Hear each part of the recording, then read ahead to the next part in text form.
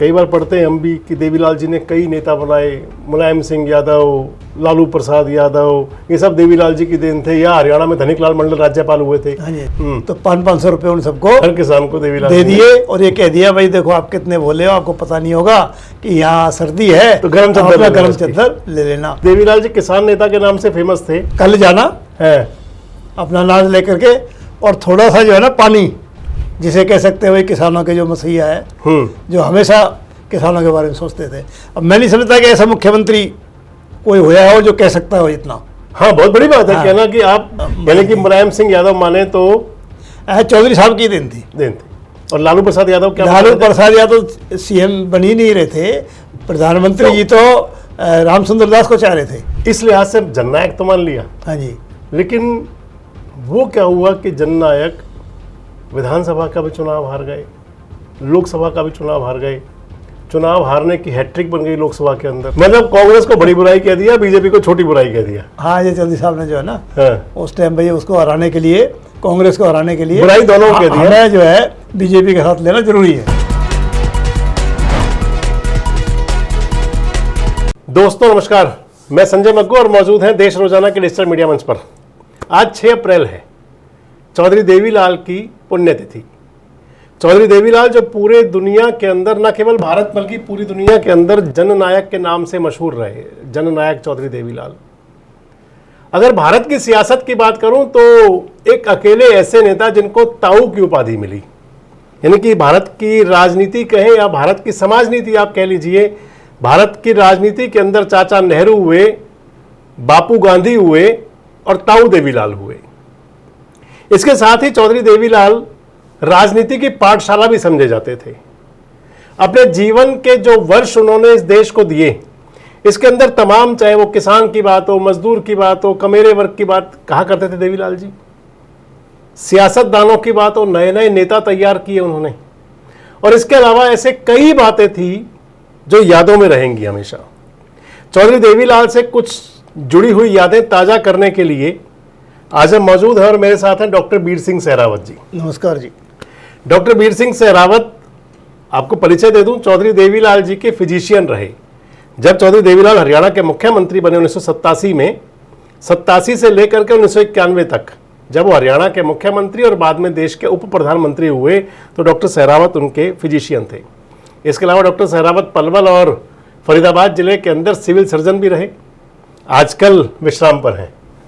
तो डॉक्टर साहब, चौधरी देवीलाल जी के साथ जो आपकी यादें रही होंगी, हाँ जी, क्योंकि बतौर फिजिशियन आप लगभग उनके साथ काफी समय गुजारते रहे होंगे। हाँ, काफी समय गुजारते। उनकी दिनचर्या देखना, उनकी डाइट वगैरह भी देखना, ये सब कुछ फिजिशियन का काम हुआ करता था। हाँ जी, हाँ जी। तो देवीलाल जी की कुछ ऐसी बातें, जैसे कहा जाता है कि देवीलाल जी जन नेता थे, किसानों के नेता थे, मजदूरों के नेता थे। तो खासकर अगर बात देखें तो उनके किसानों वाली जो छवि, या किसानों के लिए कहा जाता है, कैसी भूमिका थी, क्या था उनके किसानों के लिए, खासकर कहूँ तो अगर मैं? सबसे पहले तो मैं चौधरी देवीलाल की पुण्यतिथि है उनको नमन करता हूँ जी। और वैसे तो चौधरी साहब के बारे में किसानों के लिए बहुत कुछ है बताने के लिए, लेकिन एक दो चीज़ जो मैं यहाँ जिक्र करना जरूरी समझता हूँ कि जो बहुत कम लोगों को मालूम है जी। जैसे कि चौधरी साहब को पैसे से, धन दौलत से कोई अटैचमेंट नहीं थी जी। और राजनीति के अंदर सियासतदानों को बड़ा अटैचमेंट होता है पैसे से। इनको कोई अटैचमेंट नहीं थी। हाँ। ये तो बल्कि बांटने में लगे हुए थे। हाँ। कोई वर्कर आ जाए, दूसरे नेता आ जाए, हाँ। सबको बांटते थे पैसा। हाँ। अब मैं आपको एक दो एग्जाम्पल बताता हूँ। जब चौधरी साहब डिप्टी प्राइम मिनिस्टर थे चंद्रशेखर वाली सरकार में जी, उस टाइम जनवरी का महीना था। कुछ किसान तमिलनाडु से मिलने के लिए दिल्ली आ गए, सवेरे सवेरे 9, सवा 9 बजे के करीब। तो मिलने आ गए, तो उस टाइम चौधरी साहब को फिजियोथेरेपी कराने के लिए एम्स हॉस्पिटल में जाना था जी, अपॉइंटमेंट ली हुई थी।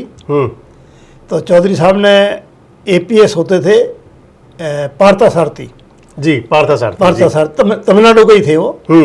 उनको बुलाया, उनसे कहा भाई इन किसानों को मैंने जो है अपने लॉन में ड्रिप इरिगेशन का एक सिस्टम लगवाया हुआ था जी, आजकल तो बहुत आ गया, उस टाइम बहुत थे बिल्कुल। भले इनको ये दिखा ड्रिप इरिगेशन। हाँ, और मैं 8 घंटे में आया अस्पताल से, फिर मैं इनसे मुलाकात करूंगा जी।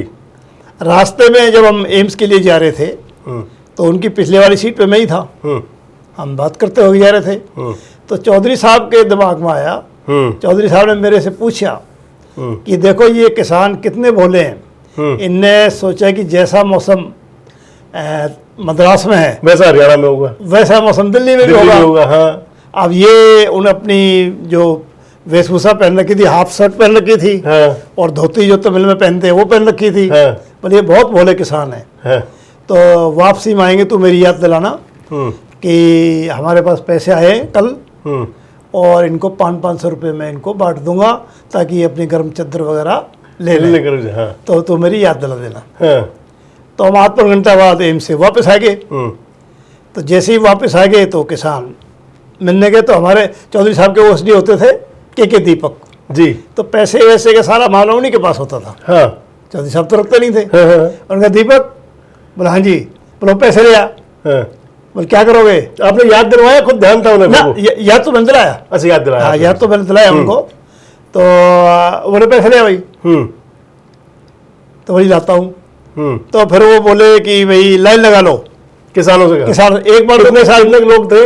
वो थे सारे 149-150 करीब। अच्छा, 150 के आसपास। हाँ, बाद में जो है ना, तो लाइन लगाने के पहले तो डर गए। पार्था सारथी ने अपनी तमिल में उनको कहा। हाँ। तो जब उनकी लाइन लग गई तो जब दीपक जी पैसे ले आए तो 500-500 रुपये उन सबको हर किसान को देवीलाल दे दिए, और ये कह दिया भाई देखो आप कितने भोले हो, आपको पता नहीं होगा कि यहाँ सर्दी है तो गर्म चादर ले लेना। फिर उनकी मेमोरेंडम बात सुनी और उनकी समस्या का बहुत समाधान किया। बहुत बड़ी बात है, मतलब कि देखा कि भाई। इसके अलावा और अगर देखें देवीलाल जी का, हाँ जी, मुजारों के लिए बड़ी उनकी बातें चलती थी कि मुजारों के लिए, हालांकि आपके समय तो बात नहीं हाँ, होगी ये नहीं हुई, कोई, हाँ जी, या किसान मजदूर के लिए, किसानों के लिए और कोई बात आजकल अगर देखें अभी, क्योंकि किसानों की बात मैंने आपसे शुरू यूं की हाँ जी, कि देवीलाल जी किसान नेता के नाम से फेमस थे, हाँ जी, और इस समय जो आजकल मौसम चल रहा है, ये कुदरत बड़ी निष्ठुर है हाँ जी, किसान के लिए खास। हाँ जी, हाँ जी, फसल तैयार है और ऊपर से कहते हैं राम जी ओले डाल रहा है, हाँ जी, बारिश पड़ रही है, मंडियों के अंदर फसल बिक नहीं रही, हाँ जी, किसान मारा फिर रहा है, ऐसी कंडीशन है आज हरियाणा में भी। हाँ नहीं, बिल्कुल है जी। तो अगर कभी ऐसा कोई मौका आपको लगा हो, हाँ ऐसा भी मैं आपको, किसानों को फसल में कोई परेशानी आ रही हो, देवीलाल जी के पास गए हो, कोई ऐसा कोई संस्मरण आपका रहा हो कभी कोई? हाँ इसका भी मुकुल साहब मैं आपको बताता हूँ। 88 अप्रैल का महीना था जी, यानी कि ये रबी की फसल। हाँ, जब चौधरी साहब सीएम थे, हाँ, तो कुछ किसान दिल्ली में उनसे मिलने आए, हरियाणा के, हरियाणा में उन्हें मिले। कोई जिला ध्यान, कौन से जिले के थे? जिले शायद सोनीपत के थे जी, जिला तो मेरे इतना ध्यान नहीं रहा कौन से जिले के थे। तो उन्होंने कहा जी हमें फसल गेहूं की उसमें दिक्कत आ रही है। बोले क्या दिक्कत आ रही है? बोला जी वो नमी कहते हैं, नमी ज़्यादा है। अधिकारी कहते हैं, अधिकारी जो है खरीद नहीं रहे।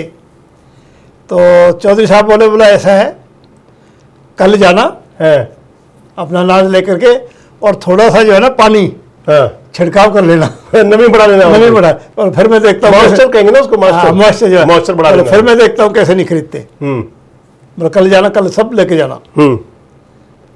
तो चौधरी साहब फिर जो वो चले गए तो मेरे से बोले तेरे जैसे जो अफसर है ना वो बैठे रहते हैं, बोले किसानों को कोई चिंता ही नहीं है। जब किसानों में सब तरीका से मार पड़ती है। तभी उन्होंने वहाँ के डिप्टी कमिश्नर, मैंने बताया अभी बारिश ओले पड़ रहे हैं, तभी उन्होंने डिप्टी कमिश्नर को टेलीफोन किया। कहता है आपकी जो जिम्मेदारी है, एक एक दाना किसानों का खरीदा जाना चाहिए। नमी का कोई मतलब नहीं है। मतलब मेरे को मतलब नहीं नमी है कि नहीं है, दाना खरीदा जाना चाहिए। यानी किसान मंडी से परेशान ना हो। तो वो थे चौधरी साहब जो है जी, जिसे कह सकते हैं वही किसानों के जो मसीहा है, जो हमेशा किसानों के बारे में सोचते थे। अब मैं नहीं समझता कि ऐसा मुख्यमंत्री कोई हुआ हो जो कह सकता हो इतना। हाँ, बहुत बड़ी बात है कहना कि आप गेहूं पे थोड़ा सा नमी पानी डाल लेना, बिकवा दूंगा मैं, और मैं बिकवा दूंगा। बड़ी बात है, बहुत। तो ऐसे कहना तो नहीं चाहिए था, लेकिन कहा उन्होंने, ठीक है। मतलब उनकी जो किसान वाली सोच थी, किसान हितैषी वाली जो सोच थी, या फिर एक देखें तो जो किसान की जो कंडीशन बनती है, हाँ जी, एक किसान ही ऐसा, आप तो खुद, मैंने किसानी कभी नहीं किया आज तक, आप खुद किसान परिवारों से आपका संपर्क रहा है डॉक्टर साहब, तो बीज डालने से लेकर के और फसल काटने तक हाँ जी, किसान को हर दिन एक बाधा होती है। बिल्कुल जी। हर दिन वो किसी ना किसी बाधा से जूझता है, बिल्कुल। और जब उसको फिर मंडी में बेचने में भी दिक्कत आए तो शायद उसकी रुलाई में फूट जाती होगी कि आखिर मैं करूं क्या। खैर, देवीलाल जी के बारे में कहा जाता था कि जननायक थे। हाँ जी। कई बार पढ़ते हैं हम भी कि देवीलाल जी ने कई नेता बनाए, मुलायम सिंह यादव, लालू प्रसाद यादव, ये सब देवीलाल जी की देन थे। या हरियाणा में धनिकलाल मंडल राज्यपाल हुए थे। हाँ जी। कृपाराम पुनिया के बारे में सुना करता था, कभी उससे इनसे कहते थे कि इनको देश का राष्ट्रपति बनाना है, दलित का बेटा राष्ट्रपति होगा। हाँ जी, हाँ जी। ये देवीलाल जी के बारे में सुनते थे। बिल्कुल। तो क्या बताते हैं कि उन्होंने बहुत राजनेता बनाए, बहुत लोगों को। हाँ जी। मसलन एक रैली थी जो 1989 में सरकार बनी तीसरे मोर्चे की, उससे पहले एक फोटो में देख रहा था, उसके अंदर देवीलाल जी के पीछे खड़े हुए हैं मुलायम सिंह यादव। हाँ जी, हाँ जी। तो कोई ऐसी कोई बातें आपको लगती हो कि राजनेता उनके पास, या जैसे मान सकते हैं शागिर्द हो उनके, या उन्होंने कोई अलग से कभी इनिशिएटिव लिए हो कि देखो मुझे ये कर देना चाहिए अब आगे बढ़ाने के लिए यूथ को पॉलिटिक्स के अंदर? नहीं, वो किसानों को, राजनेता को बढ़ाना आगे चाह रहे थे। किसानों जिस तरह मुलायम सिंह जी थे, 89 में ही यूपी के इलेक्शन तो लोकसभा के साथ ही हो गए थे जी। प्रधानमंत्री वीपी सिंह जी बन गए थे। हाँ। तो वो चौधरी अजीत सिंह को चाह रहे थे। तो ये मुलायम सिंह जी सिर्फ चौधरी देवीलाल के कारण ही मुख्यमंत्री बन मतलब विश्वनाथ प्रताप सिंह चाहते थे कि प्रधान मुख्यमंत्री अजीत सिंह बनाए हाँ जाएं, चौधरी अजीत सिंह। हाँ जी। चरण सिंह जी के बेटे। हाँ जी। और चौधरी देवीलाल ने मुलायम सिंह जी को, हाँ, कि पहले से उनसे रिलेशन थे, तो उनको तो क्या भूमिका बनी उसके लिए, कुछ अगर आता हो ध्यान तो कुछ देखा उस समय नजदीक से कुछ? ये था कि एक तो टिकट मुलायम सिंह जी की तो जब तक इतना से थी नहीं, हाँ, तो जो इनके खाते से गई चौधरी साहब से, देवीलाल जी खाते से। पार्लियामेंट बोर्ड के चेयरमैन चौधरी साहब थे। हाँ, फाइनल टिकट तो यही करते थे, जनता दल था उस समय। हाँ, जनता दल था, तो टिकट उनको ज़्यादा दे दी गई। और ऐसे ही जब फरवरी 90 में हुए लालू प्रसाद यादव जी का, यानी कि इस तरीके से पार्लियामेंट्री बोर्ड के चेयरमैन होते हुए तब भी टिकटों मदद की और फिर नाम बढ़ाने में हाँ, मुलायम नाम सिंह बढ़ाने यादव। यानी कि मुलायम सिंह यादव माने तो चौधरी साहब की देन थी। और लालू प्रसाद यादव क्या? लालू प्रसाद यादव सीएम बन ही नहीं रहे थे, प्रधानमंत्री जी तो रामचंद्र दास को चाह रहे थे। ओके। फिर चंद्रशेखर जी से तीसरा कैंडिडेट खड़ा करवाया बिहार में। हाँ, फिर 3 में जिसकी ज़्यादा वोट, 7-8 दिन तक तो गवर्नर साहब ने औथ ही नहीं दिलाई। तो एक चौधरी साहब ने प्रेशर डाल करके लालू प्रसाद यादव को औथ दिलवाई। तो ये उनकी देन थी। इधर गुजरात में चमन भाई के लिए काफ़ी मदद करी, चमन भाई पटेल। हाँ, तो वो कहते थे अक्सर, जब डिप्टी प्राइम मिनिस्टर बन गए, अपने भाषणों में कहते थे कि भाई जब शुरू में जो है ग्रामीण जो पृष्ठभूमि के एमपी बहुत कम होते थे, वो अक्सर चौधरी रणवीर सिंह का नाम लिया करते थे, हुड्डा साहब के पिताजी का। हाँ। जब डिप्टी प्राइम मिनिस्टर, हम जब आंध्र में, कर्नाटक में दौरे में जाते थे कि भाई उस टाइम हमारे 3 एमपी हुआ करते थे, हमारे हरियाणा पंजाब से चौधरी रणवीर सिंह, ग्रामीण पृष्ठभूमि से एक एनजी रंगा का लेते थे, एक और का ले करते थे, रेड्डी कोई था जी। तो उनकी ये थी भी देवीलाल जी की सोच थी कि गांव का आदमी, गरीब किसान आदमी सियासत के अंदर भी आगे बढ़े। तो फिर वो पॉलिसीज जो बनाएगा वो किसान के हित की होगी, गरीब के हित की होगी, मजदूर के हित की होगी, यही सोच रही है। यही सोचोगी। तो जनता दल की सरकार बन गई, तब भी कागज देखो, यहाँ ओम प्रकाश चौटाला है किसान के बेटे, इधर मुलायम सिंह हैं वो भी किसान के हैं, इधर चमन भाई पटेल हैं, इधर जो है लालू प्रसाद यादव है। तो इन सबका नाम अक्सर लिया करते थे। इस लिहाज से जननायक तो मान लिया। हाँ जी। लेकिन वो क्या हुआ कि जननायक विधानसभा का भी चुनाव हार गए, लोकसभा का भी चुनाव हार गए, चुनाव हारने की हैट्रिक बन गई लोकसभा के अंदर।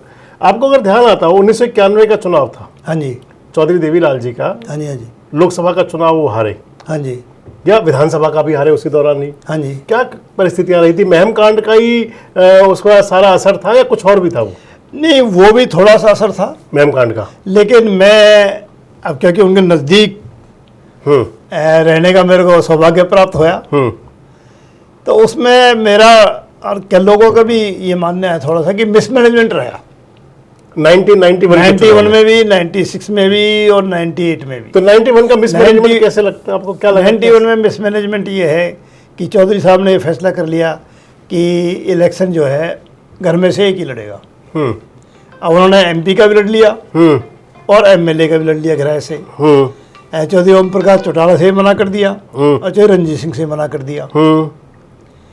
तो उसके बाद चौधरी साहब तो सारे देश में गई, पार्लियामेंट और असेंबली के साथ ही थे इलेक्शन, सारे देश में कंपेनिंग करनी थी। चौटाला साहब ने हरियाणा में कंपेनिंग शुरू कर दी, और रंजीत सिंह जी ने भी नहीं आए रोहतक में।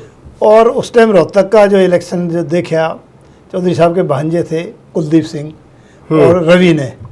अब इन्होंने ठीक अपनी तरफ से तो ठीक किया, लेकिन इतना इनमें मैच्योरिटी भी नहीं थी, इतना एक्सपीरियंस भी नहीं था। मतलब मैं एक्सपीरियंस नहीं पा, अगर कोई एक्सपीरियंस मैनेजमेंट करता तो चौधरी साहब इलेक्शन नहीं हारते, मेरा जो अंदाजा। अब आप कह रहे हैं और इसका रीजन ये कि चौधरी साहब तो इलेक्शन से 3-4 दिन पहले आए। कंपेनिंग वो चल रही थी यहाँ के रोहतक के लिए, तो 2 दिन यहाँ कंपेन करी जी। तो 2 दिन से भी काफी मामला सुधरा है। अगर 1 आध दिन और मिल जाता, क्योंकि आगे चौधरी साहब के प्रोग्राम लगे हुए थे, तो मैं लगता हूँ शायद रिजल्ट दूसरा होता। मतलब आप मानते हो कि तो महम कांड का भी असर था रोहतक के चुनाव पे खासकर? हाँ जी, हाँ जी। और दूसरा असर पड़ा उनका जो मिसमैनेजमेंट का। मिसमैनेजमेंट है। अगर 1 दिन और फालतू चौधरी साहब लगा देते या मैनेज जो है मतलब एक्सपीरियंस हाथ के मैनेज कर लेते बाद में, लेते तो शायद ठीक होता है। शायद बिल्कुल रिजल्ट ये घिराए वाला चुनाव हारने का क्या कारण रह सकता है? घिराए में यही था कि वहां भी नहीं संभाल पाए मेरे हिसाब से। 9 सिखिए थे छतरपाल, हाँ, दोबारा कभी उनको मौका मिला, लेकिन देवीलाल जी को हरा गए। तो वो ये घिराए का ये भी था, भाई चौधरी साहब का अपना हल्का था, उनके गोती थे, ये भी था भी हाँ निकली जाएंगे। मतलब घर के नहीं मार दिया कह दें। अब घर के तो नहीं कह सकते, ये लोग गोती थे, वो ये था कि हम जीत जाएंगे जो है। अच्छा, वहाँ भी तो मतलब अति विश्वास भी अति विश्वास कह सकते हैं, किस्मत जो होती है वो भी कह सकते हैं।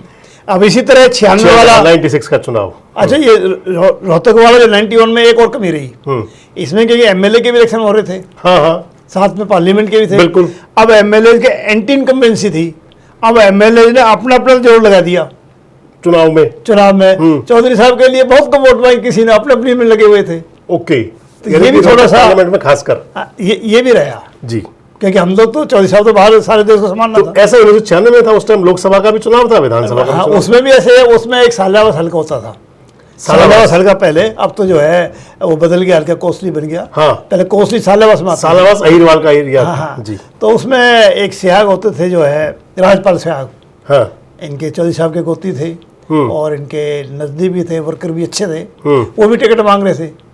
किसी कारणवश उनकी टिकट कट गई। अब उनको मना नहीं पाए, उन्होंने एक किस्म से रिवोल्ट कर दिया। उनका बड़ा काम था, उसी में कुछ वोट नहीं आई। अगर उसी काम को मैनेज कर लेते, क्योंकि इसमें तो मार्जिन ही शायद 2,500 के करीब था। हाँ, 22-2300 का ऐसा कुछ मार्जिन था। ऐसा मार्जिन था, तो वो हो जाता। तो उसी में भी यही रही। अब वो कहते हैं भाई किस्मत जो है दूसरी तरह, बाकी किस्मत या फिर ऐसे आप इग्नोरेंस भी कह सकते हैं। इग्नोरेंस कह सकते हैं। इग्नोर कर दिया, परिवार का आदमी का टिकट मांग रहा है, उसको नहीं दिया, वो कहीं ना कहीं बगावती पे आ गया और वो चले गया। नहीं, एक काम मैनेज करना था। 91 का भी, 96 का मैनेज हो जाता तो जीत जाता। 98 की तो आपको पता है, सबको पता है कैसे क्या हुआ, थोड़ा ही मार्जिन था उसमें तो नहीं। और ऐसे ही देखो 84 वाला इलेक्शन हो गया कि उन पर 84 वाला, हैट्रिक 84 वाला जो इलेक्शन था उसमें ही मार्जिन बहुत कम था। धर्मपाल मलिक जब जीते थे, हाँ, उसमें तो 2,500 का मार्जिन था। अब ये लग ही नहीं रहा था कि हमें कभी चौधरी साहब इलेक्शन हार जाएंगे। अब चौधरी साहब तो सारे हरियाणा में लगे रहे। और इसी तरह रोहतक वाला गया जी। और उसमें कुछ ये था कि भाई इस तरह अगर स्वामी इंदिरा से टिकट रहती, हाँ, तो शायद फिर भी नहीं बांटते, क्योंकि स्वामी इंदिरा से टिकट कटी, कुछ आर्य समाजी लोग सोनीपत में वो नाराज हो गए। मतलब वो 84 में वो भी एक किस्म का जो है ना कि ओवर कॉन्फिडेंस लगा लो या मैनेज नहीं कर पाए, तो वो लिख दिए गए मेरे हिसाब से। वो नेता तो थे बनाने वाले, लेकिन ये लेवल लग गया। मतलब ये लगना था कि हैट्रिक चुनाव, नहीं तो वैसे सियासत के अंदर माना ये जाता है कि चुनाव हारना और जीतना मायने रखते। जो बड़े नेता हैं उनके लिए चुनाव हार और जीत एक चुनाव तो एक चुनाव है बस। सिर्फ उन्होंने इलेक्शन लड़ा, इलेक्शन के अंदर हार भी होगी, जीत भी होगी, तो वही स्थिति कह सकते हैं। 2 नाम रहे हमेशा राजनीति के अंदर। हाँ जी, चौधरी देवीलाल जी का नाम, हाँ जी, उससे पहले चौधरी चरण सिंह का नाम। बिल्कुल जी। कई बार बात आती थी, कंट्रोवर्सीज इन दोनों नेताओं में होती थी। हाँ जी, और दोनों नेता साथ भी होते थे। हाँ, एक दूसरे के पूरक थे दोनों का, एक दूसरे का, मगर जो है ना ऐसा है वो उदाहरण, कोई ऐसा उदाहरण कि जिसमें लगता हो कि एक दूसरे के पूरक थे। और एक चीज और थी कि दोनों नेता जो हैं ये किसान की बात करते थे। दोनों नेता जब भी हुए इकट्ठे, हमेशा इकट्ठे दिखे वैसे सियासी रूप से। तो कोई ऐसा कोई संस्मरण आपको याद आता हो, कोई चुनावी मंच, कभी कोई बात ही रही हो? ऐसे तो कई हैं, लेकिन एक छोटा सा मैं बता देता हूँ कि आपका वीडियो लंबा हो जाएगा। 1985 का जो बाई इलेक्शन था, और वो भी क्या हुआ कि जो राजीव लोंगवाल अकॉर्ड जुलाई समझौता था राजीव लोंगवाल 85 में हुआ, तो उसके बाद में चौधरी देवीलाल ने उसको अपोज किया और संघर्ष समिति बनाई, हरियाणा संघर्ष समिति बनी, और ये फैसला किया भी हम इस्तीफा देंगे विधानसभा से। तो एमएलए से इस्तीफा लिखवा लिए गए थे, और उस टाइम में बीजेपी के एमएलए, फिर ये हुआ कि भाई कि 3 जो कांग्रेस के राव निहाल सिंह थे, अच्छा, बीजेपी के जो नेता थे विधायक दल के डॉक्टर मंगल सेन, और चौधरी साहब लोकदल के, तो ये आगे भी 3 के पहले भेज देते हैं इस्तीफे जो है, और भजनलाल जी सीएम थे। तो अब स्पीकर साहब ने डॉक्टर मंगल सेन का चौधरी साहब का इस्तीफा मंजूर कर लिया, देवीलाल जी का, और क्या, और उनका छोड़ दिया राव निहाल सिंह। अब राव निहाल सिंह की थोड़ी मनसा भी ऐसी रही होगी जो भी है, हाँ हो सकता है, उनका रह गया। फिर यहाँ बाई इलेक्शन होया 2 सीटों पर, 2 सीटों पर। देवीलाल जी महम में होंगे, हाँ, चौधरी साहब महम में थे, और डॉक्टर मंगल सेन रोहतक में, रोहतक में थे। तो यह सितंबर में के बीजेपी कैंडिडेट थे, बीजेपी के सपोर्टेड बाई लोकदल, और वहाँ चौधरी साहब लोकदल के थे सपोर्टेड बाई बीजेपी। ठीक है, अलायंस था, गठबंधन था। तो चौधरी चरण सिंह की मीटिंग हुई एक दिन पहले, चुनाव प्रचार में आए देवीलाल जी। हाँ, चरण सिंह जी, चौधरी चरण सिंह जी आए जी, और उनका मेरे सर लास्ट ही हरियाणा का दौरा था, उसके 2-3 महीने बाद तो उनको सीबी हो गया था, वो बीमार हो गए थे, लास्ट दौरा भी हो गई थी। ठीक, तो जब महम में, तो उन्होंने पहले महम में मीटिंग हुई, तो उन्होंने महम की मीटिंग में कहा अगली बार जब हम आएंगे तो पानी लेकर आएंगे हरियाणा के लिए, चरण सिंह ने। हाँ, तो फिर रोहतक में मीटिंग हुई दोपहर बाद, क्योंकि शहर की मीटिंग में जो शाम को ज्यादा लोग आते हैं, तो मॉडल टाउन में एक पार्क था, वहां रख रखी थी चरण सिंह जी की सभा। हाँ, देवीलाल जी भी साथ होंगे। हाँ, वो भी साथ में, डॉक्टर मंगल सेन भी साथ में थे। डॉक्टर मंगल सेन थी, हाँ, इलेक्शन लड़े थे। तो एक उन्होंने लाइटली वुड में चरण सिंह डॉक्टर मंगल सेन से कहा, तो जब वो पहले तो उन्होंने जो भाषण देते थे वो अपना डाटा बताते थे, संवाद होता था पहले तो नेताओं का, भाषण तो कम होते थे, वो तो अपना लंबा भाषण देते थे, वोट कम मांगते थे, पढ़ाते थे, जाता थे। चरण सिंह जी, हाँ, वो तो भाई इतने सन में इतनी गरीबी, इतना ये उसी पे डाटा में ही अपना लगे रहते थे। लास्ट में वोट मांगते थे। जब उन्होंने वोट मांगी डॉक्टर मंगल सेन के लिए, तो क्या नाम है आपका, मतलब कैंडिडेट का नाम ही नहीं पता था मजाक कर दिया। अच्छा, भाई डॉक्टर मंगल सेन, भाई बोला ऐसा है भाई, जो है ना तू मेरी पार्टी ज्वाइन कर ले। अच्छा जी, तो भाई डॉक्टर मंगल सेन को जो है ना वोट दे देना। वो क्यों कहा बीजेपी से डॉक्टर मंगल सेन? बीजेपी का लोकदल का हमारा अलायंस था ना, तो अपनी पार्टी में ज्वाइन करने के लिए क्यों कह रहे थे? मजाक में कह दिया भाई नाम याद रहता नहीं, मेरी पार्टी ज्वाइन कर ले। अच्छा, लाइट मूड में जो है ना उन्होंने ये बात कही जो है।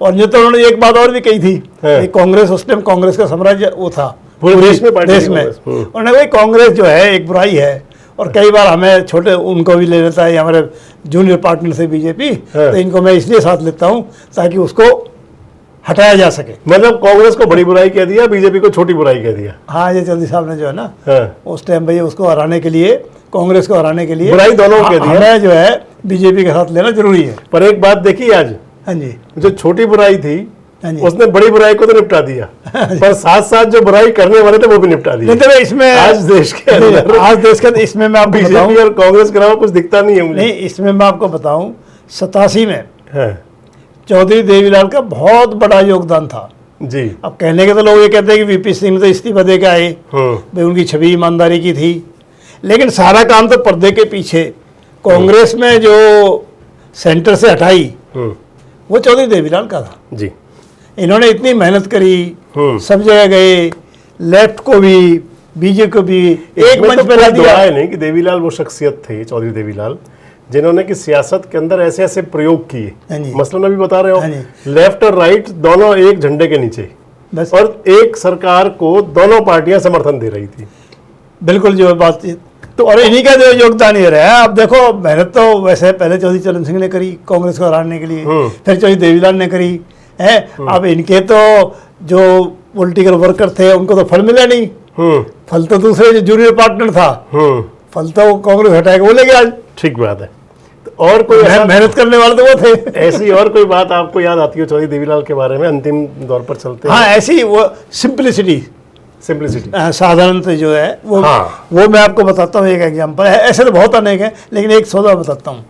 एक आनंद नाम का ड्राइवर देवीलाल जी का प्राइवेट जब सीएम बनने से पहले, हाँ 87 से बनने से पहले कुछ दिनों के लिए रहा था। वो लड़का सोनीपत का था। जब डिप्टी प्राइम मिनिस्टर बन गए, अप्रैल या मई की बात है 90 की, तो वो चौधरी साहब से मिलने आ गया। चौधरी साहब ड्राइंग रूम में बैठे थे एक सोफे पे, और कोई नहीं था, बाकी के और कुछ लोग बैठे, चाहे रंजीत सिंह बैठे थे, चाहे रंजीत सिंह और मैं एक साथ बैठे थे, 2-4 लोग और बैठे थे। तो आनंद की पर्ची आई, ये लेकर आया पर्ची, आनंद ड्राइवर उसने दिए, चौधरी साहब ने बुला लिया। अब देखो उनकी सिंपलिसिटी। अब आनंद आया, उसने नमस्ते करी, अब वो चौधरी साहब के साथ वाली सीट पे ही बैठ गया, वो जो ड्राइवर था। अब देवीलाल जी उस समय मुख्यमंत्री थे, deputy prime minister, deputy prime उप प्रधानमंत्री, अब चौधरी रंजीत सिंह मैं बेटे, वो मेरे से बोले चौधरी रंजीत सिंह डॉक्टर साहब देखो आनंद में इतना भी ध्यान नहीं रखता, चौधरी साहब के साथ बैठा है। और आनंद की उम्र उस टाइम जो है 20, 22, 25 साल की होगी वो जो है। तो चौधरी साहब को इन चीज़ों से जो है ना बहुत ऊंचे थे, उन्हें कोई फर्क नहीं पड़ता था कि भाई कौन कहाँ बैठा है क्या है। उसकी बात सुनी, वो कोई अपनी पर्ची दे गया, उसके लिए टेलीफोन भी किया। तो उन पर जो है, और एक एग्जाम्पल जो ग्रामीण का आपको और बता देता हूँ कि जब डिप्टी प्राइम मिनिस्टर थे तो एक हमारे J&K के सांसद होते थे, एक्स राज्यसभा के MP, वो सवेरे सवेरे मिलने आ गए चौधरी साहब से, मुस्लिम वो थे। तो चौधरी साहब को हमको जाना था, क्या नाम है, कलकत्ता जाना था, कोई मीटिंग थी। जब मिलने आ गए, उन्होंने कहा मेरे तो अब जाना है, प्लेन का टाइम हो रहा है। उन्होंने कहा आप जो है रास्ते में बात कर लेना, एयरपोर्ट तो गाड़ी में बिठा लिए। उन्होंने बात करी कोई, जब एयरपोर्ट उतरने लगे, उसने चौधरी साहब नमस्ते, नमस्ते क्या है, बोला चल बैठ प्लेन में। उन्होंने कहा जी मैंने तो वही तो कपड़े पहन रखे हैं रात वाले, अब मैं तो जल्दी जल्दी आपसे मिलने के लिए आया था, कुछ भी नहीं है। चौधरी साहब बोले अभी तो काम की बात कर रहा था सारे रास्ते, अब कह रहा है मेरे कपड़े बदलने हैं। अरे गांव वाले थे 5-5, 7-7 दिन तक वही कपड़े पहनते हैं, पर मैं भी वही पहन लेता हूँ। तो ये उनमें सिंपलिसिटी है, और उसको कह दे चल बैठ प्लेन में, और उसके साथ ले गए। तो ऐसे थे चौधरी देवीलाल, कह सकते हैं वो राजनीति के वट वृक्ष थे, समाज के लिए, किसान के लिए, मजदूर के लिए, सभी के लिए समकक्ष। ऐसे शख्सियत जो अपने टेम्परेरी ड्राइवर को अपने साथ, आज की स्थिति में आप देखें तो आप नेताओं से मिल नहीं सकते, लेकिन उनके साथ बैठ सकते थे। ऐसे व्यक्ति जो बिना अपॉइंटमेंट के आए हों और वो उनके साथ प्लेन में सफर कर लें, ये शख्सियत थे देवीलाल। आज उनकी पुण्यतिथि पर देश रोजाना परिवार भी और आप सभी की तरफ से चौधरी देवीलाल को शत-शत नमन करते हैं। इसी प्रकार के वीडियोस के लिए आप लगातार हमारे साथ जुड़े रहें, देखते रहें देश रोजाना। नमस्कार, धन्यवाद।